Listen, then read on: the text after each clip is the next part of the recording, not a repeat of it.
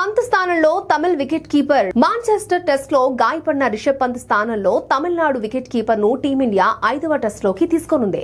కుడికాలి బొటనవేలు పగులు కారణంగా సిరీస్ కి దూరమైన పంత్ స్థానంలో 29 ఏళ్ల ఎన్ జగదీశన్ ని జట్టులోకి తీసుకొస్తున్నట్లు తెలుస్తోంది. దీనిపై బీసీసీఐ అధికారిక ప్రకటన చేసే ఛాన్స్ ఉన్నట్లు సమాచారం. కాగా రిషబ్ పంత్ ఓల్డ్ ట్రాఫోర్డ్ లో జరుగుతున్న 4వ టెస్ట్ మ్యాచ్ లో మొదటి రోజు బ్యాటింగ్ చేస్తున్నప్పుడు గాయపడ్డాడు.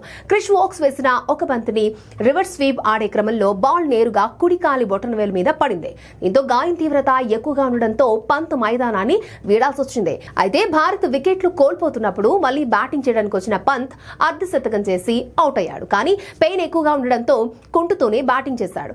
ఇక వైద్యులు సైతం 6 వారాలు రెస్ట్ తీసుకోవాలని చెప్పడంతో ఈ సిరీస్ కి దూరమయ్యాడు. ఈ క్రమంలో బీసీసీఐ రిషబ్ స్థానంలో ఇషాన్ కిషన్ ని జట్టులోకి తీసుకోవాలని భావించింది. కానీ ఇషాన్ కాలుగాయంతో ఉండడంతో మళ్లీ తమిళనాడుకు చెందిన వికెట్ కీపర్ ఎన్ జగదీశన్ ను తీసుకొస్తున్నట్లు తెలుస్తోంది. ఇది ఇలా ఉండగా జగదీశన్ దేశీయ క్రికెట్ లో 52 ఫస్ట్ క్లాస్ మ్యాచెస్, అతను 14 అర్ధ సెంచరీలు మరియు 10 సెంచరీలతో 47.50 సగటుతో 3373 పరుగులు చేశాడు.